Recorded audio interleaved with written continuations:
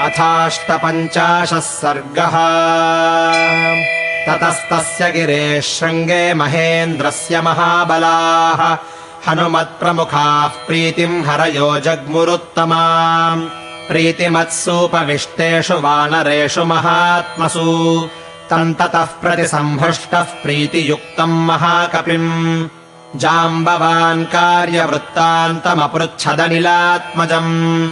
कथम् दृष्टा त्वया देवी कथम् वा तत्र वर्तते। तस्याम् चापि कथम् वृत्तः क्रूरकर्मादशाननः। तत्त्वतः सर्वमेतन्नः प्रब्रूहि त्वम् महाकपे। सम्मार्गिता कथम् देवी किम् च सा प्रत्यभाषत। श्रुतार्थाश्चिन्तयिष्यामो भूयः कार्यविनिश्चयम्। यश्चार्थस्तत्र वक्तव्यो गतैरस्माभिरात्मवान्। रक्षितव्यम् च यत्तत्र तद्भवान् व्याकरोतु नः। स नियुक्तस्ततस्तेन सम्प्रहृष्टतनूरुहः। नमस्यञ्छिरसा देव्यै सीतायै प्रत्यभाषत। प्रत्यक्षमेव भवताम् महेन्द्राग्रात् क्षमाप्लुतः। उदधेर्दक्षिणम् पारम् काङ्क्षमाणः समाहितः। गच्छतश्च हि मे घोरम् विघ्नरूपमिवाभवत्। काञ्चनम् शिखरम् दिव्यम् पश्यामि सुमनोहरम्। स्थितम् पन्थानमावृत्य मेने विघ्नम् च तम् नगम्। उपसङ्गम्य तम् दिव्यम् काञ्चनम् नगमुत्तमम्। कृता मे मनसा बुद्धिर्भेत्तव्योऽयम् मयेति च। प्रहतस्य मया तस्य लाङ्गूलेन महागिरेः।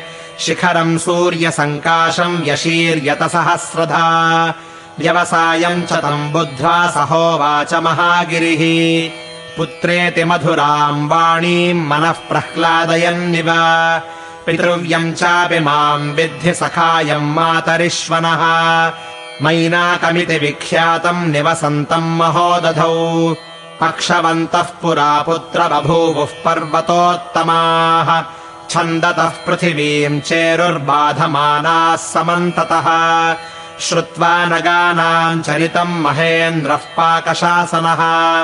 वज्रेण भगवान् पक्षौ चिच्छेदैषाम् सहस्रशः। अहम् तु मोचितस्तस्मात् तव पित्रा महात्मना। मारुतेन तदा वत्स प्रक्षिप्तो वरुणालये। राघवस्य मया साह्ये वर्तितव्यमरिन्दमा। रामो धर्मभृताम् श्रेष्ठो महेन्द्रसमविक्रमः। एतच्छ्रुत्वा मया तस्य मैनाकस्य महात्मनः। कार्यमावेद्य च गिरेरुद्धतम् वै मनो मम। तेन चाहमनुज्ञातो मैनाकेन महात्मना। स चाप्यन्तर्हितः शैलो मानुषेण वपुष्मता। शरीरेण महाशैलः शैलेन च महोदधौ।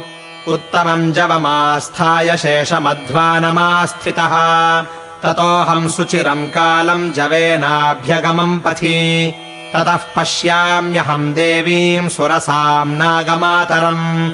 समुद्रमध्ये सा देवी वचनम् चेदमब्रवीत्। मम भक्ष्यः प्रदिष्टस्त्वममरैर्हरिसत्तमा। ततस्त्वाम् भक्षयिष्यामि विहितस्त्वम् हि मे सुरैः।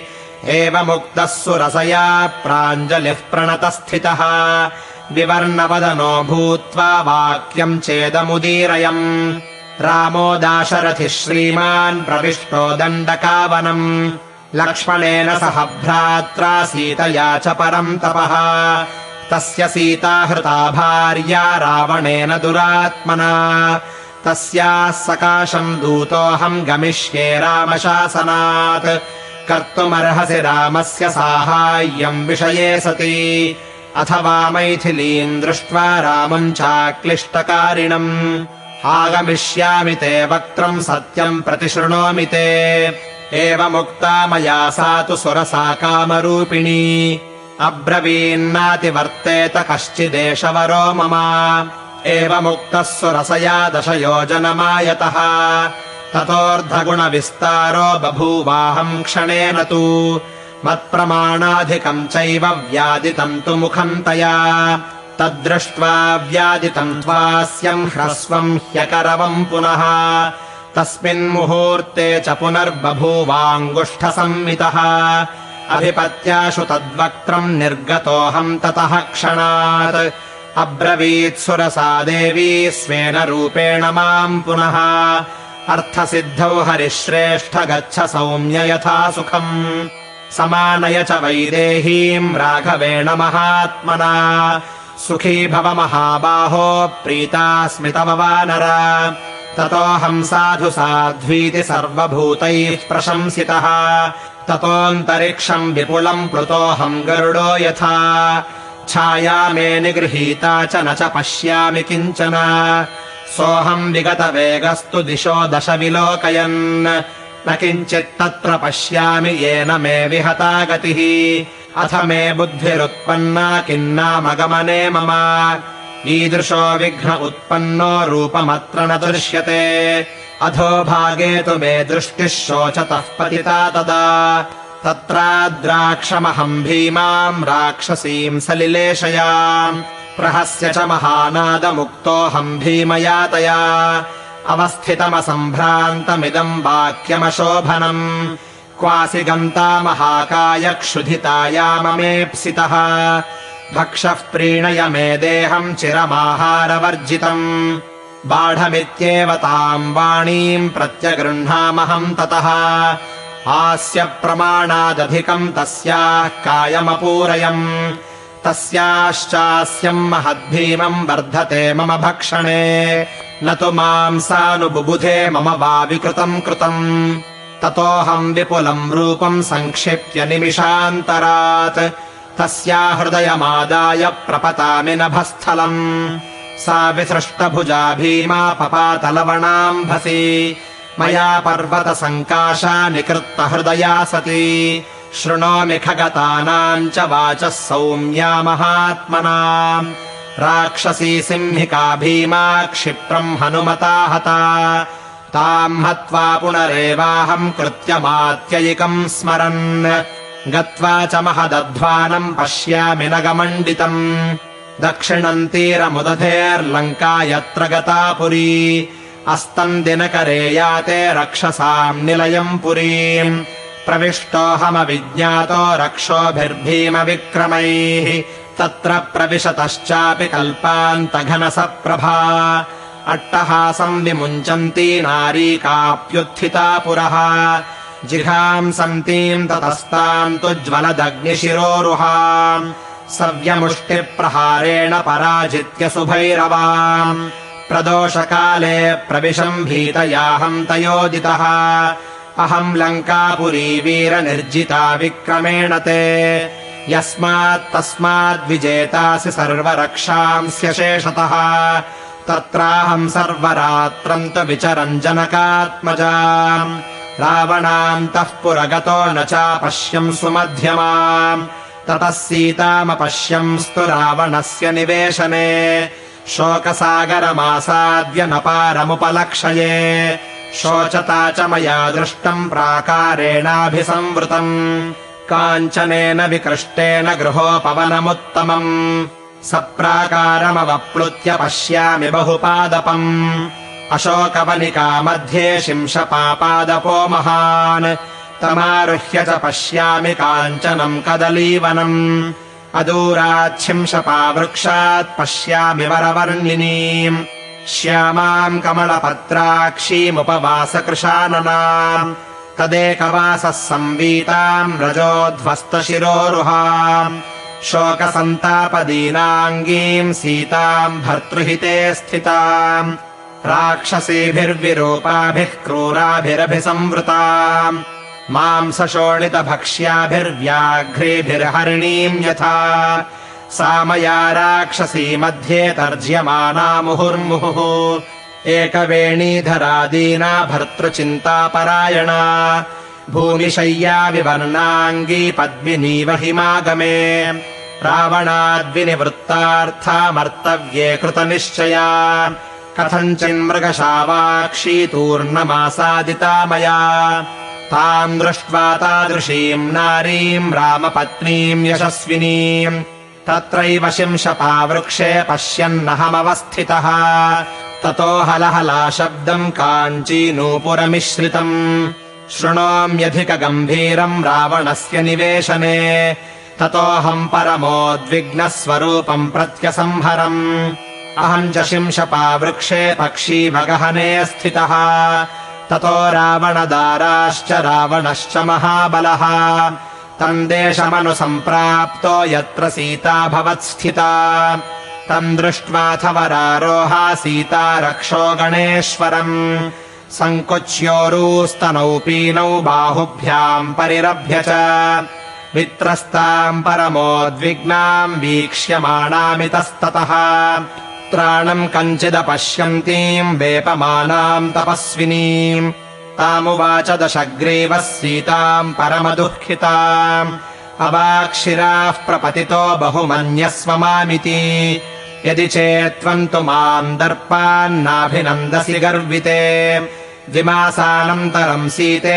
पास्यामि रुधिरम् तव एतच्छ्रुत्वा वचस्तस्य रावणस्य दुरात्मनः उवाच परमक्रुद्धा सीता वचनमुत्तमम् राक्षसाधमरामस्य भार्याममिततेजसः इक्ष्वाकुवंशनाथस्य स्नुषाम् दशरथस्य च अवाच्यम् वदतो जिह्वा कथम् न पतिता तव किम् स्विद्वीर्यतवानार्ययो माम् भर्तुरसन्निधौ अपहृत्यागतः पापतेन दृष्टो महात्मना न त्वम् रामस्य सदृशो दास्येऽप्यस्य न युज्यसे अजेयः सत्यवाक्शूरो रणश्लाघी च राघवः जानक्यापरुषम् वाक्यमेव मुक्तो दशाननः जज्वालसहसा कोपाच्चितास्थ इव पावकः विवृत्य नयने क्रूरे मुष्टिमुद्यम्य दक्षिणम् मैथिलीम् हन्तुमारब्धस्त्रीभिर्हाहाकृतम् तदा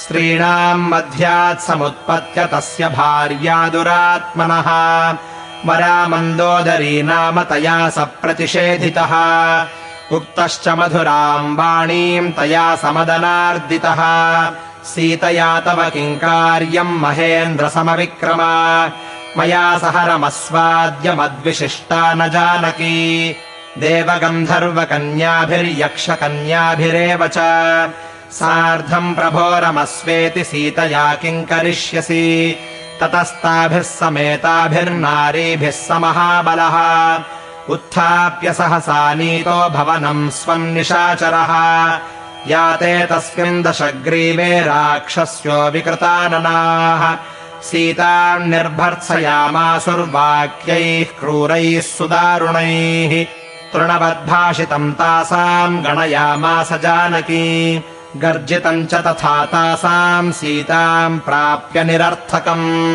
वृथा गर्जितनिश्चेष्टा राक्षस्यः पिशिताशनाः रावणाय शशंसुस्ताः सीता व्यवसितम् महत् ततस्ताः सहिताः सर्वा विहताशा निरुद्यमाः परिक्लिश्य समस्तास्ता निद्रावशमुपागताः तासु चैव प्रसुप्तासु सीता भर्तृहिते रता विलप्य करुणम् दीना प्रशुशोच सुदुःखिता तासाम् मध्यात् समुत्थाय त्रिजटावाक्यमब्रवीत् आत्मानम् खादत क्षिप्रम् न सीतामसि ते क्षणाम् जनकस्यात्मजाम् साध्वीम् स्नुषाम् दशरथस्य च स्वप्नो ह्यद्य मया दृष्टो दारुणो रोमहर्षणः रक्षसाम् च विनाशाय भर्तुरस्याजयाय च अलमस्मान् परित्रातुम् राघवाद्राक्षसीगणम् अभियाचाम वैदेहीमेतद्धिममरोचते यदि ह्येवम् विधः स्वप्नो दुःखितायाः प्रदृश्यते सा दुःखैर्विविधैर्मुक्ता सुखमाप्नोत्यनुत्तमम् प्रणिपात प्रसन्ना हि मैथिली जनकात्मजा अलमेषा परित्रातुम् राक्षसीर्महतो भयात् ततः सा ह्रीमती बाला भर्तुर्विजयहर्षिता अवोचद्यति तत्तथ्यम् भवेयम् शरणम् हि वः ताम् चाहम् तादृशीम् दृष्ट्वा सीताया दारुणाम् दशाम् चिन्तयामास विश्रान्तो न च मे निर्वृतम् मनः सम्भाषणार्थे च मया जानक्याश्चिन्तितो विधिः इक्ष्वाकुकुलवंशस्तु स्तुतो मम पुरस्कृतः श्रुत्वा तु गदिताम् वाचम् राजर्षिगणभूषिताम् प्रत्यभाषत माम् देवी बाष्पैः पिहितलोचना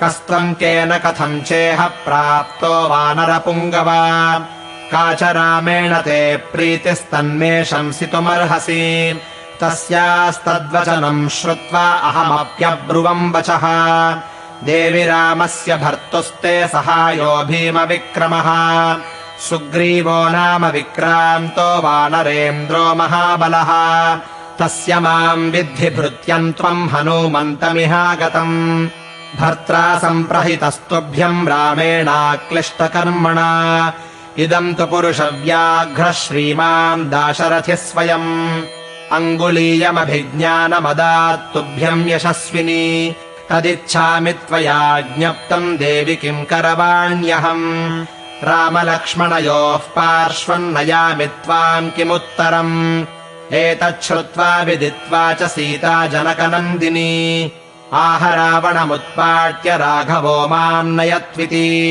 प्रणम्य शिरसा देवी महमार्यामनिन्दिता राघवस्य मनोह्लादमभिज्ञानमयाचिषम् अथ मामब्रवीत् सीता गृह्यतामयमुत्तमः मणिर्येण महाबाहू रामस्त्वाम् बहुमन्यते इत्युक्त्वा तु वरारोह मणिप्रवरमुत्तमम् प्रायच्छत्परमोद्विग्ना वाचा माम् सन्दिदेशः ततस्तस्यै प्रणम्याहम् राजपुत्र्यै समाहितः प्रदक्षिणम् परिक्राममिहाभ्युद्गतमानसः उत्तरम् पुनरेवाह निश्चित्य मनसा तदा हनूमन्मम वृत्तान्तम् वक्तुमर्हसि राघवे यथा श्रुत्वैव न चिरात्तावुभौ रामलक्ष्मणौ सुग्रीवसहितौ वीरावुपेयाताम् तथा कुरु यदन्यथा भवेदेतद्वौ मासौ जीवितम् मम न माम् द्रक्ष्यते काकुत्स्थो म्रिये साहमनाथवत् तच्छ्रुत्वा करुणम् वाक्यम् क्रोधो मामभ्यवर्तत उत्तरम् च मया दृष्टम् कार्यशेषमनन्तरम् ततो वर्धतमेकायस्तदा पर्वतसन्निभः युद्धाकाङ्क्षीवनन्तस्य विनाशयितुमारभे तद्भग्नम् वनखण्डम् तु भ्रान्तत्रस्तमृगद्विजम् प्रतिबुध्य निरीक्षन्ते राक्षस्यो विकृताननाः माम् च दृष्ट्वा वने तस्मिन् समागम्य ततस्ततः ताः समभ्यागताः क्षिप्रम् रावणाय च चक्षिरे राजन्वनमिदम् दुर्गम् तव भग्रम् दुरात्मना वानरेण ह्यविज्ञाय तव वीर्यम् महाबला तस्य दुर्बुद्धिता राजंस्तव विप्रियकारिणः वधमाज्ञापय क्षिप्रम् यथासौ न पुनर्व्रजेत् तच्छ्रुत्वा राक्षसेन्द्रेण विसृष्टा बहुदुर्जयाः राक्षसाः किङ्करा नाम रावणस्य मनोनुगाः तेषामशीतिसाहस्रम् शूलमुद्गरपाणिनाम् मया तस्मिन् वनोद्देशे परिघेण निषूदितम् तेषाम् तु हतशिष्टाये ते गता लघुविक्रमाः निहतम् च मया सैन्यम् रावणाय च चक्षिरे ततो मे बुद्धिरुत्पन्ना चैत्यप्रासादमुत्तमम् तत्र स्थान् राक्षसान् हत्वा 100 स्तम्भेन वै पुनः ललामभूतो लङ्काया मया विध्वंसितोरुषा ततः प्रहस्तस्य सुतम् जम्बुमालिनमादिशत् राक्षसैर्बहुभिः सार्धम् घोररूपैर्भयानकैः तमहम् बलसम्पन्नम् राक्षसम् रणकोविदम् परिघेणातिघोरेण सूदयामि सहानुगम् तच्छ्रुत्वा राक्षसेन्द्रस्तु मन्त्रिपुत्रान् महाबलान् पदातिबलसम्पन्नान् प्रेषयामास रावणः परिघेणैव तान् सर्वान् नयामि यमसादनम् मन्त्रिपुत्रान् हतान् श्रुत्वा समरे लघुविक्रमान् 5 सेनाग्रगान् शूरान् प्रेषयामास रावणः तानहम् सह सैन्यान् वै सर्वानेवाभ्यसूदयम् ततः पुनर्दशग्रीवः पुत्रमक्षम् महाबलम् बहुभिराक्षसैः सार्धम् प्रेषयामास संयुगे तम् तु मन्दोदरी पुत्रम् कुमारम् रणपण्डितम् सहसाखम् समुद्यन्तम् पादयोश्च गृहीतवान् तमासीनम् शतगुणम् भ्रामयित्वा व्यपेषयम् तमक्षमागतम् भग्नम् निशम्य स दशाननः ततश्चेन्द्रजितम् नाम द्वितीयम् रावणः सुतम्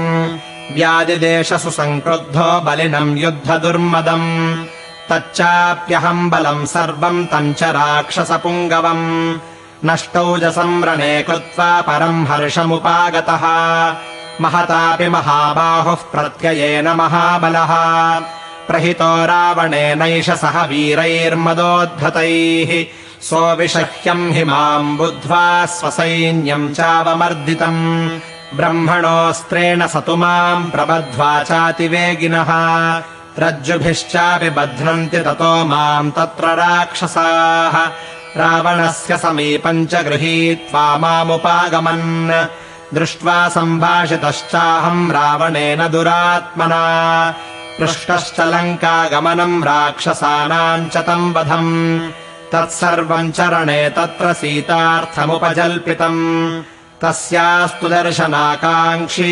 प्राप्तस्त्वद्भवनम् विभो मारुतस्यौरसः पुत्रो वानरो हनुमानहम् रामदूतम् च माम् विद्धि सुग्रीवसचिवम् कपिम् सोऽहम् दौत्येन रामस्य त्वत्सकाशमिहागतः शृणु चापि समादेशम् यदहम् प्रब्रवीमि ते राक्षसेश हरीशस्त्वाम् वाक्यमाह समाहितम् सुग्रीवश्च महाभागः सत्त्वाम् कौशलमब्रवीत् धर्मार्थकामसहितम् हितम् पथ्यमुवाचः वसतो ऋष्यमूके मे पर्वते विपुलद्रुमे राघवोरणविक्रान्तो मित्रत्वम् समुपागतः तेन मे कथितम् राजन् भार्या मे रक्षसा हृता तत्र साहाय्यहेतोर्मे समयम् कर्तुमर्हसि वालिना हृतराज्येन सुग्रीवेण सह प्रभुः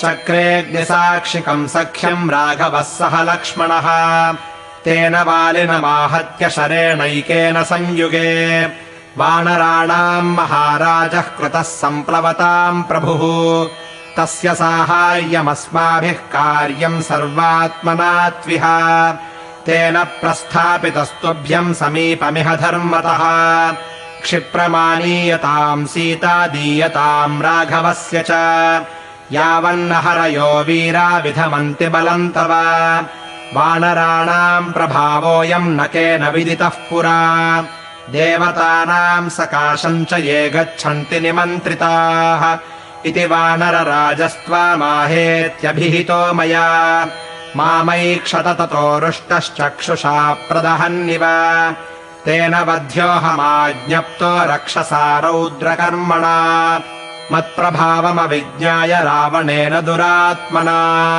ततो विभीषणो नाम तस्य भ्राता महामतिः तेन राक्षसराजश्च याचितो मम कारणात् नैवम् राक्षसशार्दूल त्यज्यतामेष निश्चयः राजशास्त्रव्यपेतो हि मार्गः संलक्ष्यते त्वया दूतवध्या न दृष्टा हि राजशास्त्रेषु राक्षसा दूतेन वेदितव्यम् च यथाभिहितवादिना सुमहत्यपराधेऽपि दूतस्यातुलविक्रमा विरूपकरणम् दृष्टम् न वधोऽस्ति हि शास्त्रतः विभीषणेनैव मुक्तो रावणः सन्दिदेशतान् राक्षसानेतदेवाद्यलाङ्गूलम् दह्यतामिति ततस्तस्य वचः श्रुत्वा मम पुच्छम् समन्ततः वेष्टितम् शणवल्कैश्च पट्टैः कार्पासकैस्तथा राक्षसाः सिद्धसन्नाहास्ततस्ते चण्डविक्रमाः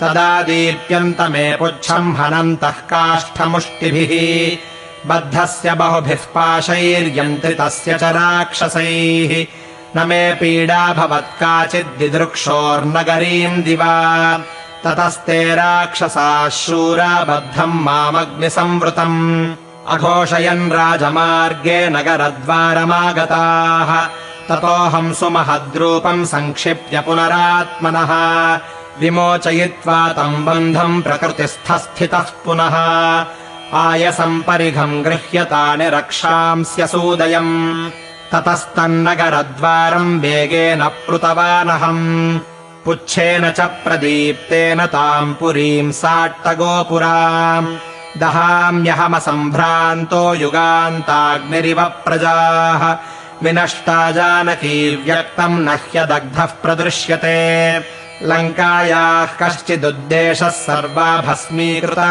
पुरी दहता च मया लङ्काम् दग्धा सीता न संशयः रामस्य च महत्कार्यम् मयेदम् विफलीकृतम् इति शोकसमाविष्टश्चिन्तामहमुपागतः ततोऽहम् वाचमश्रौषम् चारणानाम् शुभाक्षरा जानकी न च दग्धेति विस्मयोदन्तभाषिणा ततो मे बुद्धिरुत्पन्ना श्रुत्वा तामद्भुताम् गिरम् अदग्धा जानकीत्येव निमित्तैश्चोपलक्षितम् दीप्यमाने तुलाङ्गूलेन माम् दहति पावकः हृदयम् च प्रहृष्टम् मे वाताः सुरभिगन्धिनः तैर्निमित्तैश्च दृष्टार्थैः कारणैश्च महागुणैः ऋषिवाक्यैश्च दृष्टार्थैरभवम् हृष्टमानसः पुनर्दृष्टा च वैदेही विसृष्टश्च तया पुनः ततः पर्वतमासाद्य तत्रारिष्टमहम् पुनः